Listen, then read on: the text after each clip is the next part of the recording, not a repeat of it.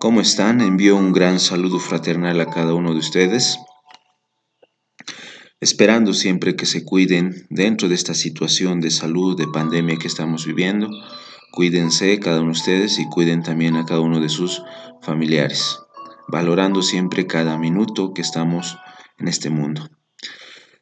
Dicho todo esto, el día de hoy vamos a revisar, vamos a analizar la segunda parte del tema número 7, denominado Relación Jurídica Tributaria. Recordarán ustedes que la última clase se estudió, se analizó que dentro de la relación jurídica tributaria tenemos a dos sujetos, el sujeto activo y el sujeto pasivo. Ya se ha visto cuáles son las facultades del sujeto activo, de las administraciones tributarias.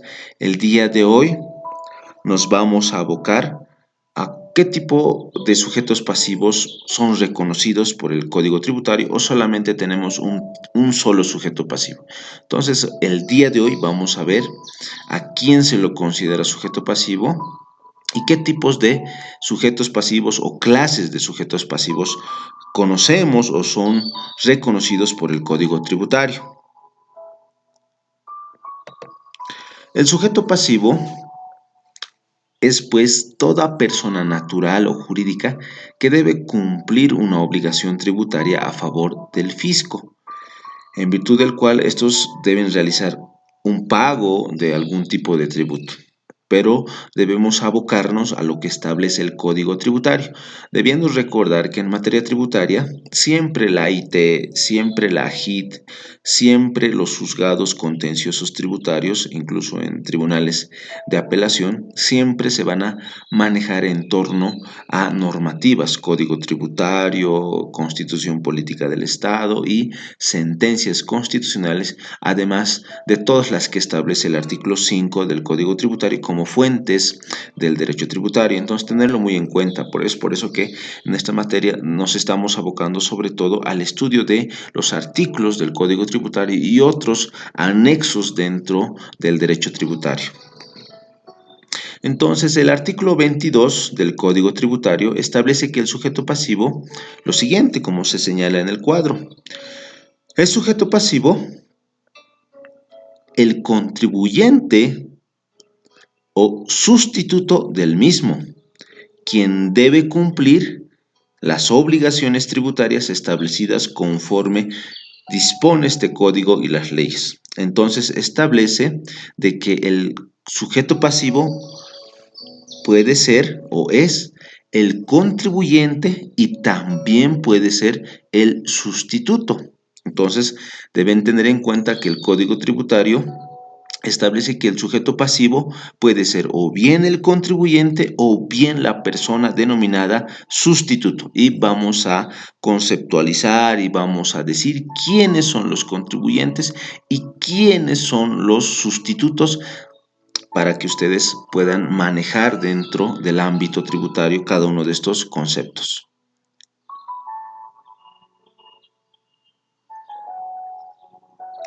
Contribuyente. El artículo 23 establece de que el contribuyente es el sujeto pasivo respecto del cual se verifica el hecho generador de la obligación tributaria.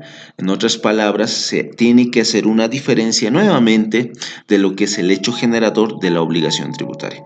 El hecho generador es pues el hecho real que se va a realizar, el hecho concreto, el hecho específico de una venta de una acción, de una venta de un inmueble, de una venta de un vehículo, donde se va a establecer nombres específicos, donde se va a establecer qué tipo de vehículo, qué tipo de propiedad se está vendiendo. Y la obligación tributaria no es más que aquella que va a establecer que la venta de algún bien inmueble o algún bien o algún vehículo va a generar algún tipo de pago de tributos por el sujeto pasivo, en este caso por el contribuyente. Sin embargo, el mismo artículo 23 establece quién es el contribuyente. Y como se señala en el cuadro, tenemos tres numerales.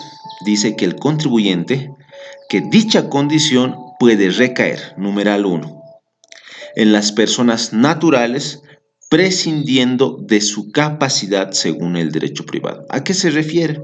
Señala que el contribuyente puede ser una persona mayor de edad o en su caso una persona menor de edad o en su caso también una persona que es enajenada mental, es decir, que está mal de la cabecita.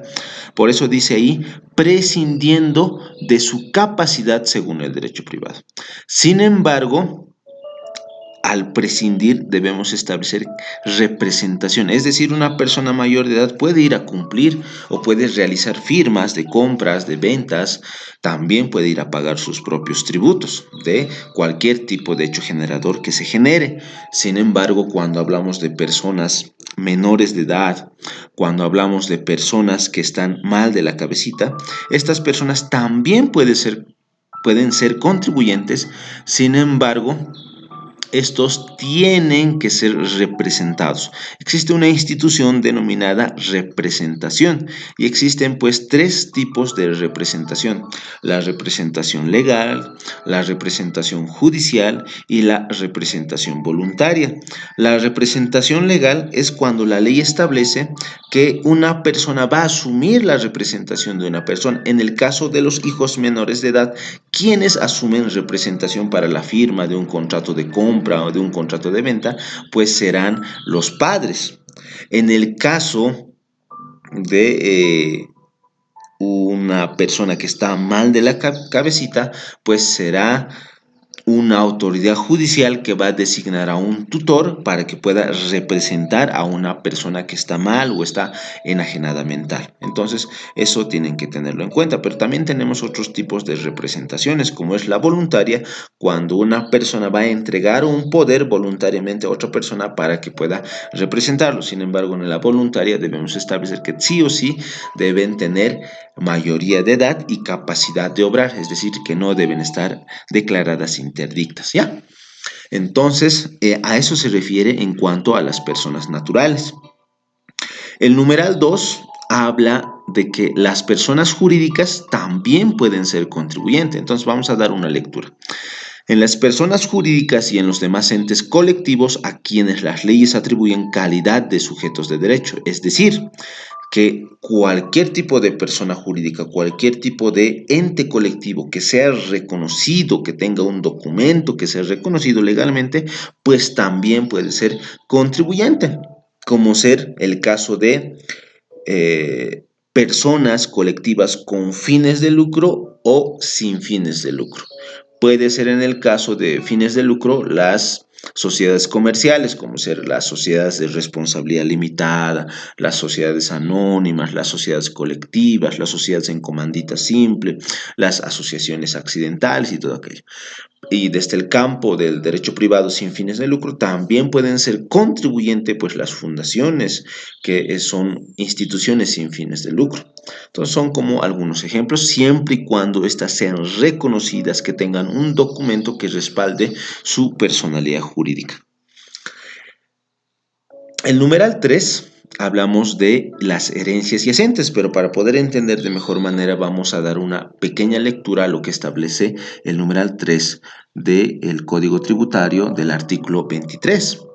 Dice: en las herencias yacentes, comunidades de bienes y demás entidades carentes de personalidad jurídica que constituyen una unidad económica o un patrimonio separado susceptible de imposición, salvando, dice, es decir, excepto los patrimonios autónomos emergentes de procesos de titularización y los fondos de inversión administrados por sociedades administradoras de fondos de inversión y demás fideicomisos.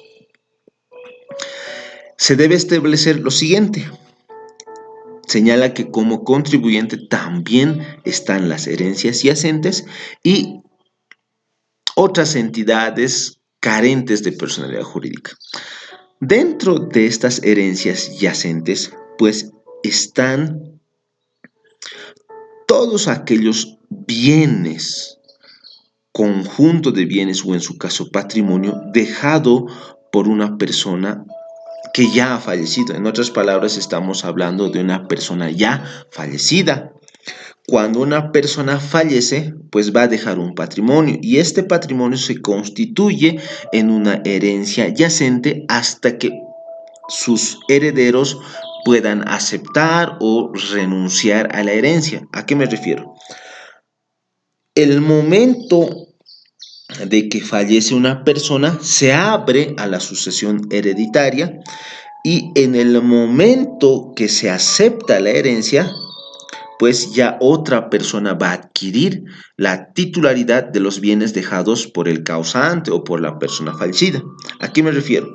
La herencia yacente es todo ese transcurso de tiempo donde nadie se ha hecho cargo del patrimonio dejado por el causante o denominado persona fallecida, que ha dejado bienes.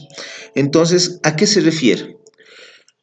El Código Tributario ha sido claro al expresar que una persona cuando fallece, su patrimonio, si bien es cierto que ha fallecido, pero el patrimonio sigue generando algunos tributos.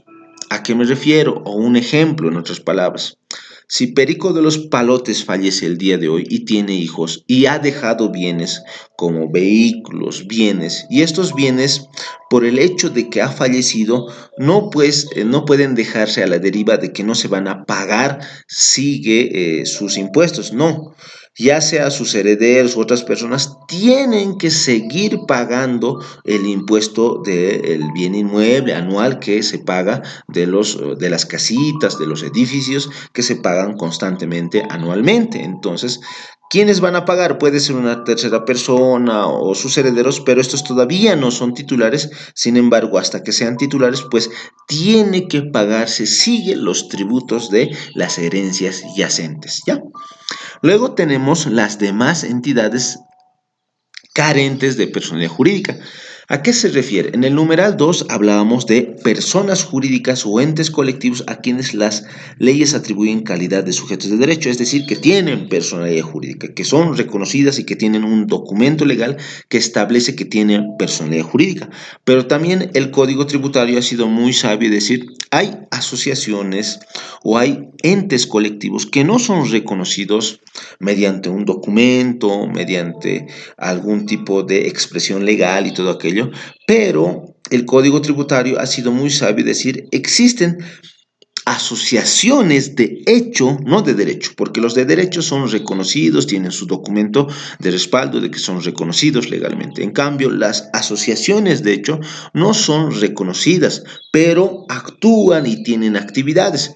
El artículo 66 del Código Civil nos habla de las asociaciones de hecho que no tienen personalidad jurídica, sin embargo, poseen bienes y estos bienes incluso no se puede pedir su división o su repartición, más contrariamente cuando estos dejan de existir, pues todos estos bienes tienen que irse a una universidad pública, ¿ya?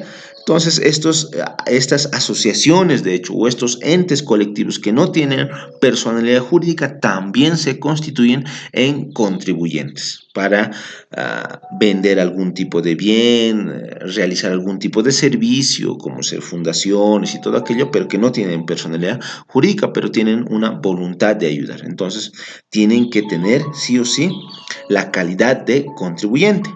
Pero también el numeral 3 establece una excepción, dice, salvando los patrimonios autónomos emergentes de procesos de titularización. ¿A qué se refiere los procesos de titularización? Se refiere a la transformación de todos aquellos activos, sean vehículos, sean casas, sean dineros, en valores, en títulos valores. Es decir, que todo el patrimonio de una persona o de diferentes personas se van a convertir en títulos valores negociables en el mercado de valores. Que una casa se pueda convertir en una acción, en un bono, toda que en una letra de cambio que es reconocida por nuestra normativa tributaria. Entonces se va a exceptuar en esos casos, dice. Entonces, también tenemos de que los fondos de inversión de administrados, perdón, los fondos de inversión administrados por sociedades administradas de fondos de inversión, o lo que siempre alguna vez ustedes han conocido o conocen o han escuchado alguna vez como son las SAFIs, las sociedades administradoras de inversión. Entonces, estas SAFIs tienen el deber de administrar algún bien ajeno, algún dinero ajeno, para poder colocarlo en el mercado de valores y estos puedan generar utilidades a favor de una tercera persona. Entonces, estos no se constituyen en calidad de contribuyentes. Entonces, tienen que tenerlo muy en cuenta. Luego tenemos el denominado sustituto. Por una parte tenemos al contribuyente, que hemos dicho que pueden ser personas naturales, personas jurídicas, herencias yacentes y todos aquellos patrimonios que no tienen personalidad jurídica o entes que no tienen personalidad jurídica, como ser las asociaciones de hecho. En el campo del sustituto vamos a dar lectura a lo que se entiende por sustituto para que pueda ser entendida de mejor manera. El sustituto del contribuyente es la persona que por imposición de la ley y en lugar del contribuyente está obligada a cumplir la obligación tributaria principal y los deberes formales relacionados con la misma. Entonces, tienen que entender que el sustituto es aquella persona, ya dice, sea natural o jurídica, que va a representar o que va en lugar del contribuyente y que va a cumplir la obligación tributaria principal y los deberes formales. Deben hacer una diferencia. En materia tributaria vamos a hablar de una obligación tributaria principal, que también es denominada obligación tributaria material, y la obligación tributaria formal o los deberes formales. Entonces, el sustituto también puede cumplir esta obligación tributaria principal o también denominada obligación tributaria material, es decir, el pago del tributo. Y también tendrá que cumplir con los deberes formales o con la obligación tributaria formal, que es la presentación de declaraciones juradas, remisión de informes a impuestos nacionales o algún tipo de administración tributaria. Pero vamos a establecer qué nos señala el Código Tributario. El artículo 25 del Código Tributario establece lo siguiente. Es sustituto la persona natural o jurídica genéricamente definida por disposición normativa tributaria, quien en lugar del contribuyente debe cumplir obligaciones tributarias, materiales y formales, de acuerdo con las siguientes reglas. Entonces establece de que el sustituto solo puede ser una persona natural o jurídica, pero tiene que estar debidamente expresada en algún tipo de norma tributaria. Sin embargo, el artículo 25 nos establece quiénes son los sustitutos. Miren, el numeral 1 establece que los sustitutos son, en calidad de agentes de retención o percepción, las personas naturales o jurídicas que en razón de sus funciones, actividad, oficio o profesión intervengan en actos u operaciones en los cuales deban efectuar la retención o percepción de tributos, asumiendo la obligación de imposar su importe al fisco. Entonces, el sustituto en primera instancia nos dice que pueden ser los agentes de retención o los agentes de percepción. Los agentes de retención se había establecido incluso en un análisis de resolución jerárquica que son generalmente todos los empleadores quienes van a descontar a un trabajador un determinado monto de su sueldo principal para poder retenerlo y pagarlo a las administraciones tributarias, en este caso a impuestos nacionales. Pero por otro lado tenemos a los agentes de percepción. ¿Y quiénes serán los agentes de percepción? Los agentes de percepción son todas aquellas personas que se dedican a la venta de productos, a la venta de bienes y a la venta de servicios. ¿A qué me refiero? Cuando alguien va a ir a comprar algún mueble, algún tipo de objeto, incluso algún enseres o algún enseres de casa o algún tipo de bienes muebles, como se compra vajillas, se compra eh,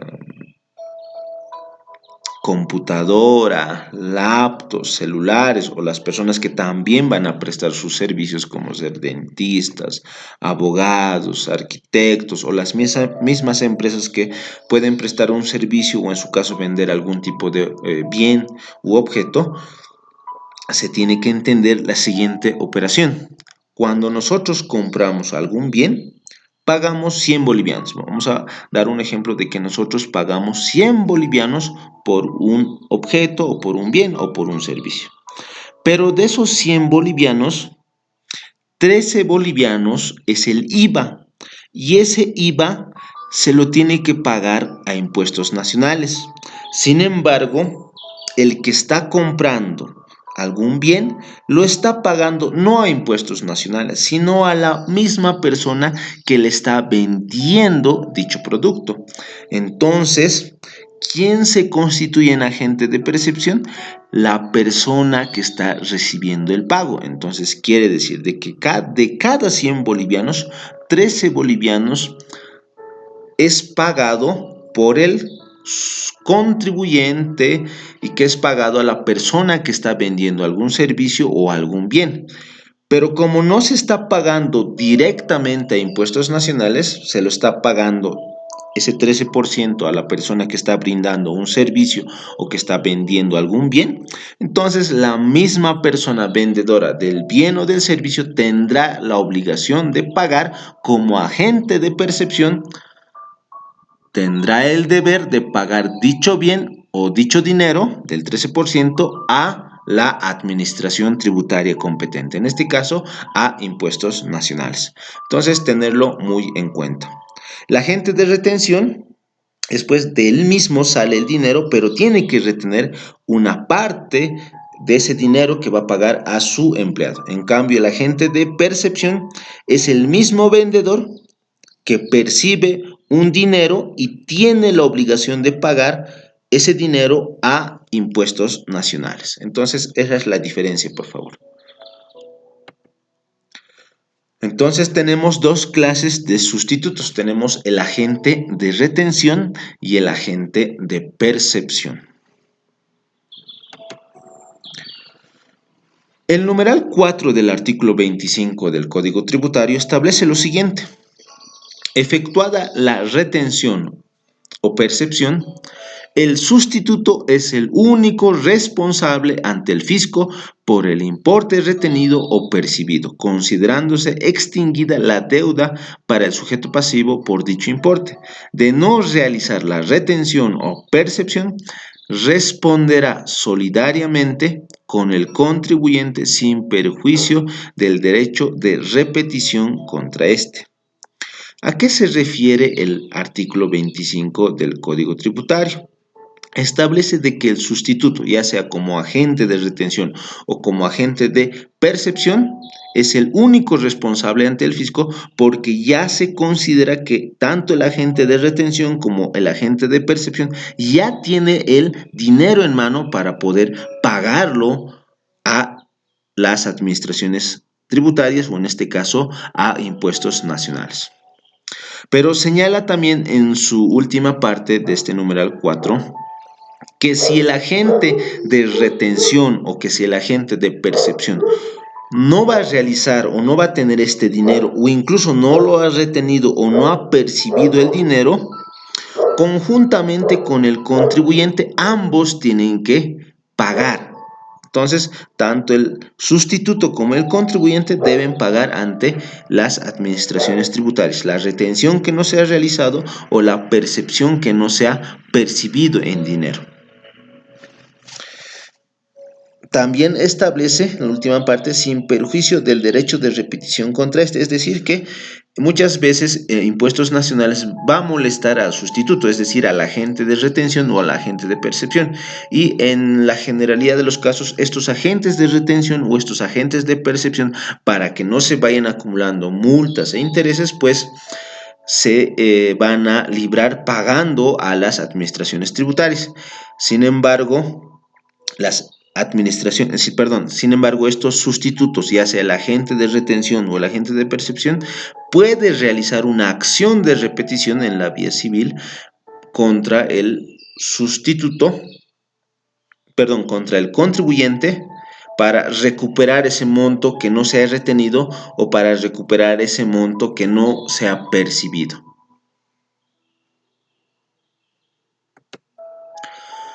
Responsabilidad solidaria. Entonces, hasta aquí tienen que tener mucho cuidado y muy en cuenta de que el sujeto pasivo o bien puede ser el contribuyente o en su caso puede ser el sustituto, sea denominado como agente de retención o como agente de percepción. Y cuando se va a realizar la retención y cuando se va a percibir el dinero para poder pagar a la administración tributaria, estos son los únicos responsables.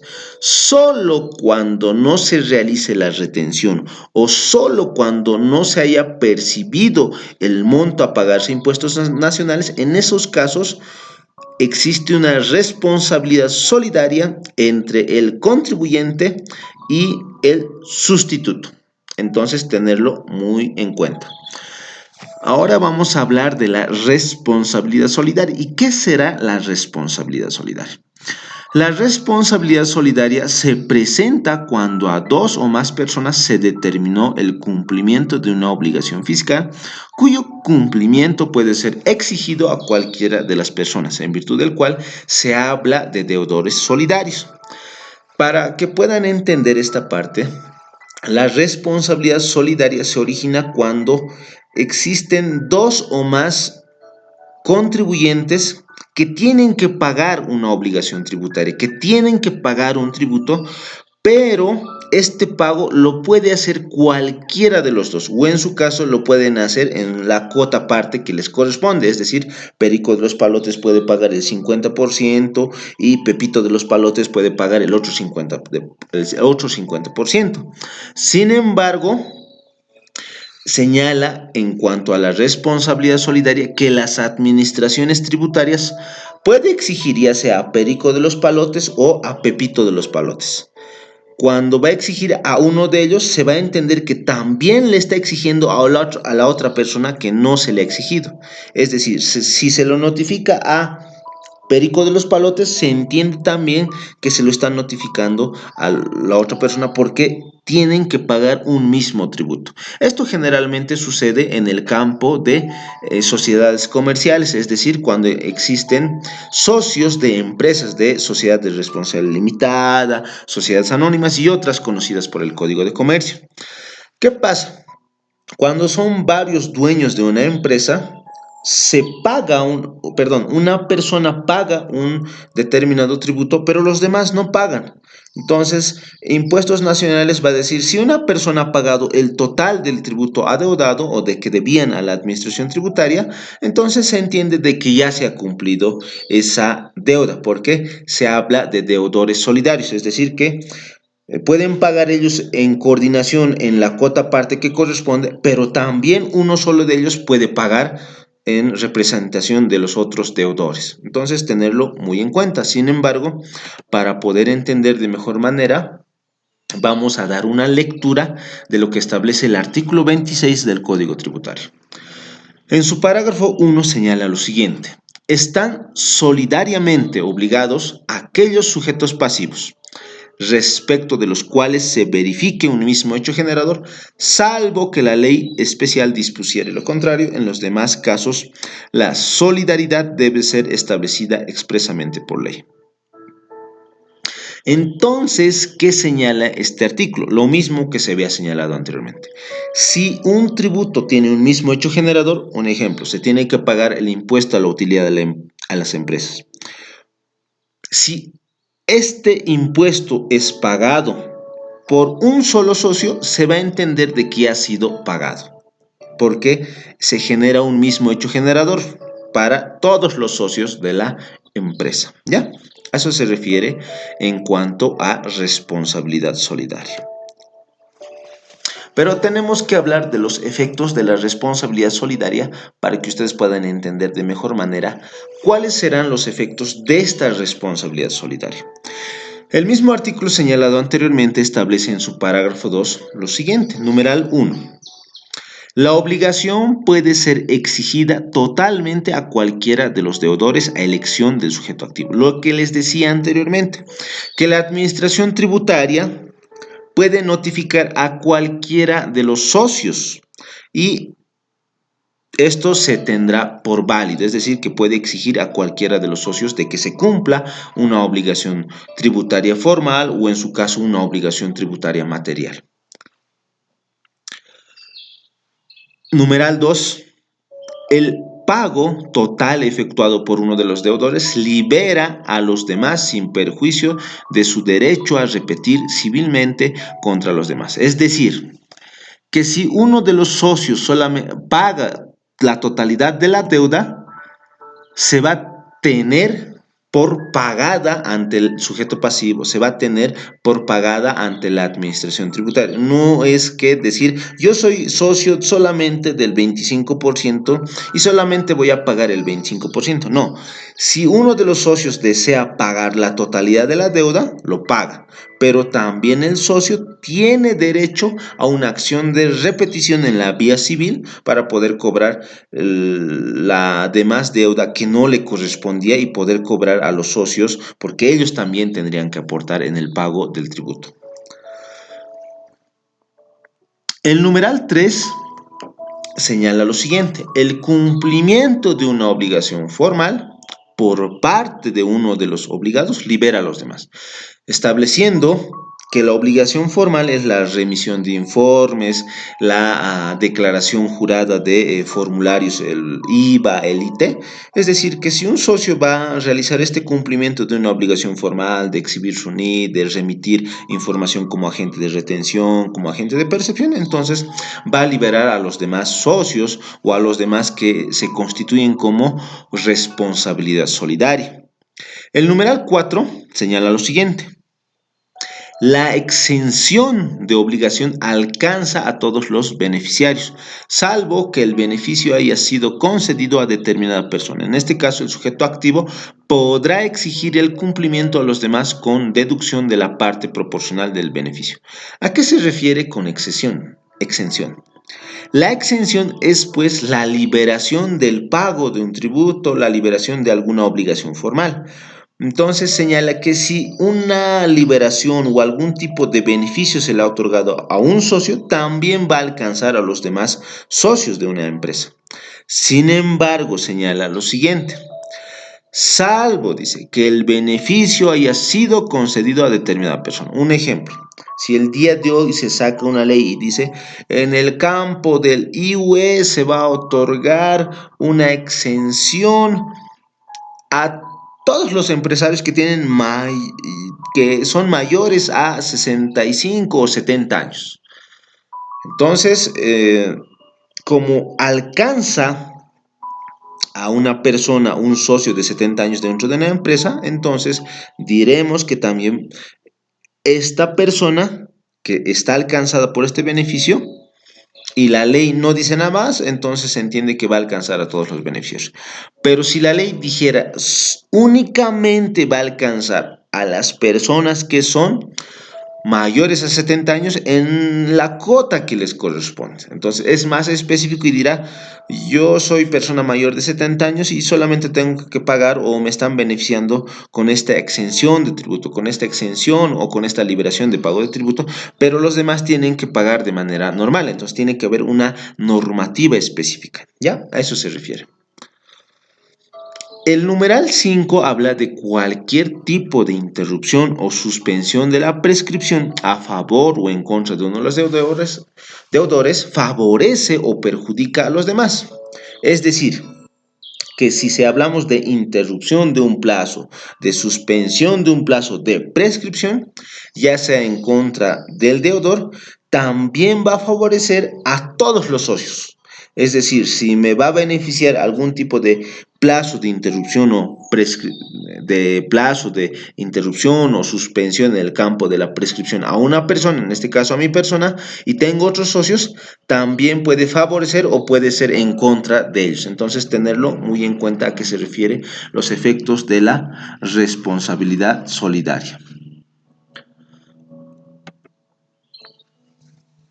Ya. Terceros responsables. Esto es muy interesante porque sucede en ocasiones de que existen contribuyentes que son dueños de empresas, pero estos tienen otros tipos de actividades o se han dado un viaje o están enfermos o cualquier tipo de dolencia o se han ido fuera del país o están realizando otras empresas, pero estos nombran representantes legales y estos representantes legales se los conoce como gerentes generales. Y estos gerentes generales no son dueños de la empresa, no son dueños de la actividad comercial, no son dueños de la actividad económica, pero la pregunta es, si el Código Tributario reconoce dos clases de sujetos pasivos, como ser el como ser el contribuyente y a los sustitutos, la pregunta es la siguiente: ¿los gerentes generales podrán ser responsables ante impuestos nacionales, ante el incumplimiento de deberes formales, ante el incumplimiento de obligaciones tributarias, de obligaciones materiales, es decir, del pago de tributos? Entonces, eso es lo que vamos a ver el día de hoy también. Porque muchas veces, tal vez algunos de ustedes van a ser gerentes generales de una empresa privada o en su caso de algún tipo de empresa comercial en el ámbito privado o en el ámbito público. Entonces tienen que tener mucho cuidado porque lo que les voy a comentar y decir a continuación juega un papel muy importante porque incluso puede recaer en el patrimonio del gerente general el pago de tributos que no hayan sido pagados.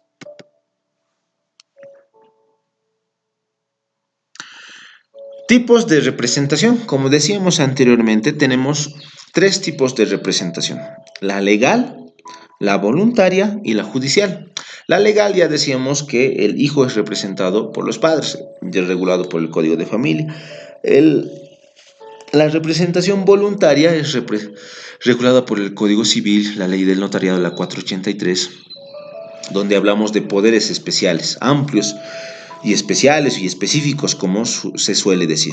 Y la representación judicial, cuando alguna autoridad judicial va a nombrar algún tipo de tutor, en el caso de los interdictos o de las personas que están mal de la cabecita, ¿ya?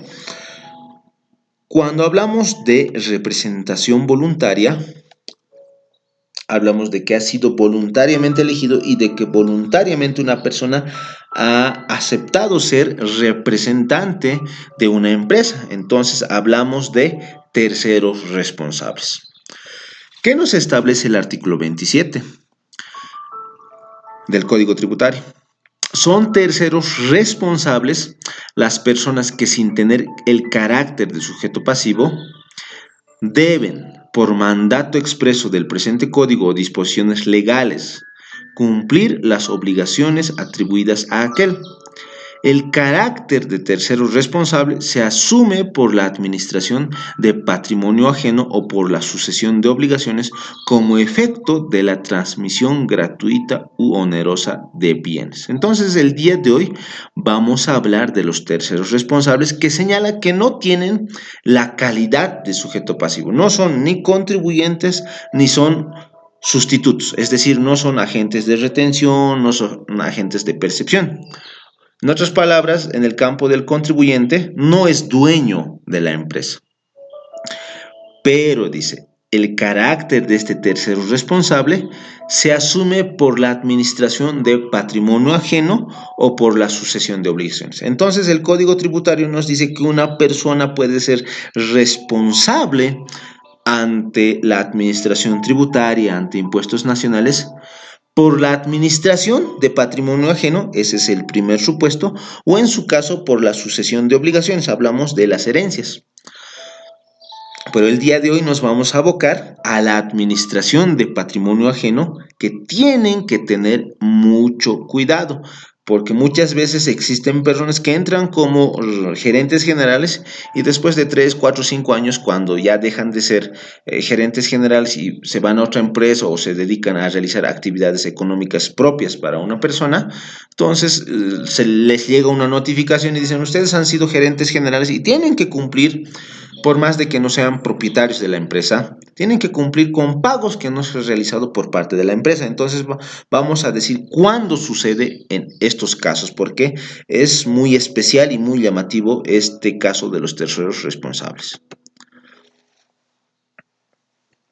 El artículo 28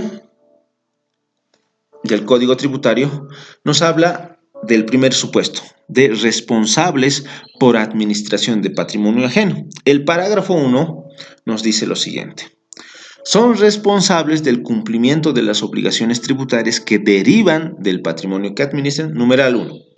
Los padres, los albaceas, los tutores y curadores de los incapaces son responsables, porque los padres van a administrar el patrimonio de los hijos. Los albaceas, en el caso de herencias, también van a administrar el patrimonio del causante. Los tutores y curadores de los incapaces, es decir, de los interdictos, van a administrar patrimonio de interdictos, de personas que están mal de la cabeza. Pero también el numeral 2 del mismo artículo 28 establece de que los directores, administradores, gerentes y representantes de las personas jurídicas y demás entes colectivos con personalidad jurídica o con personalidad legalmente reconocida son responsables por administración de patrimonio ajeno. El numeral 3, los que dirijan, administren o tengan la disponibilidad de los bienes de entes colectivos que carecen de personalidad jurídica. Hablamos de las asociaciones de hechos reconocidas por el artículo 66, es decir, los secretarios generales, los ejecutivos de las asociaciones de hechos que no tienen personalidad jurídica, ellos también van a ser responsables ante el fisco por la administración de patrimonio ajeno. Los mandatarios, el numeral 4, los mandatarios o gestores voluntarios respecto de los bienes que administran y dispongan, es decir, cualquier tipo de persona que va a realizar algún tipo de administración o algún tipo de contrato de mandato voluntario, es decir, mediante un poder específico, pues estos van a ser de igual manera responsables por la administración de patrimonio ajeno. Los síndicos de quiebras o concursos, los liquidadores, interventores y los representantes de las sociedades en liquidación o liquidadas, así como los administradores judiciales o particulares de las sucesiones, también se van a convertir en responsables por administración de patrimonio ajeno. Es decir, existen algunas empresas que ya están en quiebra y cuando están en quiebra judicialmente se tiene que nombrar a una persona para que pueda administrar o repartir los bienes de la empresa que se ha declarado en quiebra. Es decir, el síndico de quiebra tendrá pues que pagar los tributos que no se ha pagado a impuestos nacionales o a las administraciones tributarias y tiene una responsabilidad porque va a administrar un patrimonio ajeno de otras personas, de una empresa ajena, ¿ya? El parágrafo 2 señala lo siguiente. Esta responsabilidad alcanza también a las sanciones que deriven del incumplimiento de las obligaciones tributarias a que se refiere este código y demás disposiciones normativas. ¿A qué se refiere? Que no solamente las personas señaladas en el artículo 28, que ya se han señalado cada una, van a ser responsables de las obligaciones tributarias o de las obligaciones formales por administración de patrimonio ajeno. También tienen que hacerse cargo de las sanciones, es decir, algún tipo de multa, algún tipo de sanción cuando se ha incumplido alguna obligación formal, cuando se ha incumplido alguna obligación material de pago de algún tipo de tributo. El artículo 29 nos sigue hablando de los responsables por representación y señala lo siguiente. La ejecución tributaria se realizará siempre sobre el patrimonio del sujeto pasivo. Cuando dicho patrimonio exista al momento de iniciarse la ejecución. En este caso, las personas a que se refiere el artículo presente asumirá la calidad de responsable por representación del sujeto pasivo y responderán por la deuda tributaria hasta el límite del valor del patrimonio que se está administrando. ¿A qué se refiere este artículo? Se refiere de que cuando alguien es responsable o es un tercero responsable, solamente va a responder o va a pagar las obligaciones tributarias, va a pagar las sanciones tributarias solamente con el patrimonio de la empresa que está representando, solamente con el patrimonio del sujeto pasivo y no así del tercero responsable, es decir, no así del gerente, no así del papá, no así del albacea, no así del gerente general, del administrador. Entonces, hasta ahí tenemos claro de que si un gerente general va a ser administrador, solamente tiene que pagar las sanciones, cumplir las obligaciones tributarias, tanto formales, tanto materiales, solamente con el patrimonio del sujeto pasivo. Pero aquí existe una excepción, y a eso me iba.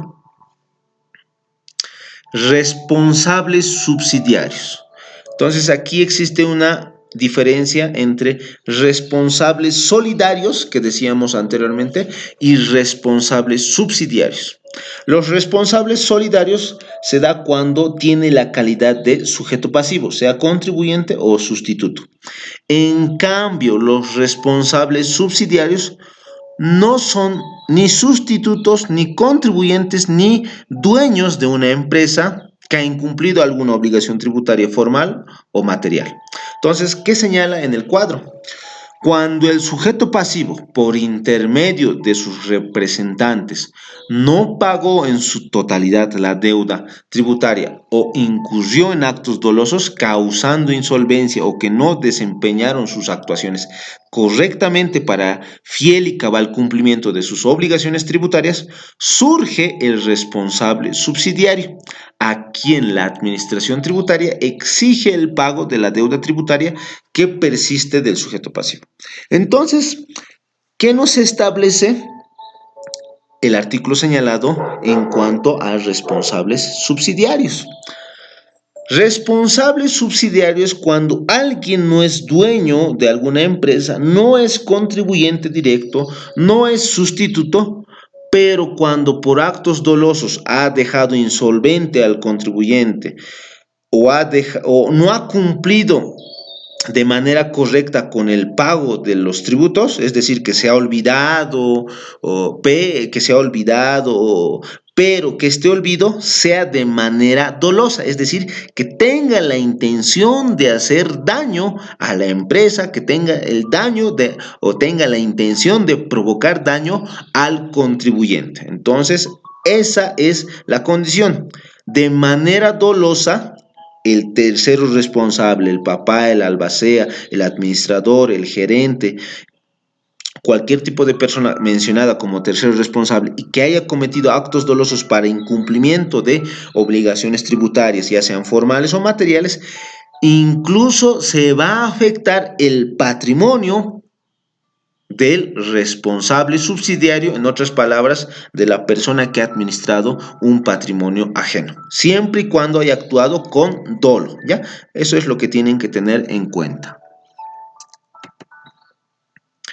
Pero para poder realizar o para poder decir que se ha cometido con dolo algún tipo de actividad por algún tercero responsable, o para poder establecer de que podemos afectar incluso el patrimonio de una persona que no tiene la calidad de sujeto pasivo, se tiene que cumplir con lo que establece el artículo 32, habla de la derivación de la acción administrativa. ¿A qué se refiere? Se refiere de que antes de cobrar con el patrimonio de una persona que no es sujeto pasivo, se tiene que emitir por la administración tributaria una resolución o un proceso de acción, de derivación de la acción administrativa. Es decir, se tiene que emitir una resolución administrativa donde se va a establecer de que el sujeto pasivo no tiene ningún tipo de bien. Y vamos a dar una lectura al artículo 32 del Código Tributario, derivación de la acción administrativa. La derivación de la acción administrativa para exigir a quienes resultaran responsables subsidiarios el pago del total de la deuda tributaria requerirá un acto administrativo previo en el que se declare agotado el patrimonio del deudor principal, se determine su responsabilidad y cuantía bajo responsabilidad funcionaria. ¿A qué se refiere? Se refiere de que una persona que tiene la calidad de responsable subsidiario o para adquirir esta calidad de responsable subsidiario, previamente se tiene que emitir una resolución administrativa donde se tiene que establecer de que el deudor principal, de que el sujeto pasivo no tiene ningún tipo de patrimonio, por lo cual se tiene que cobrar al responsable subsidiario.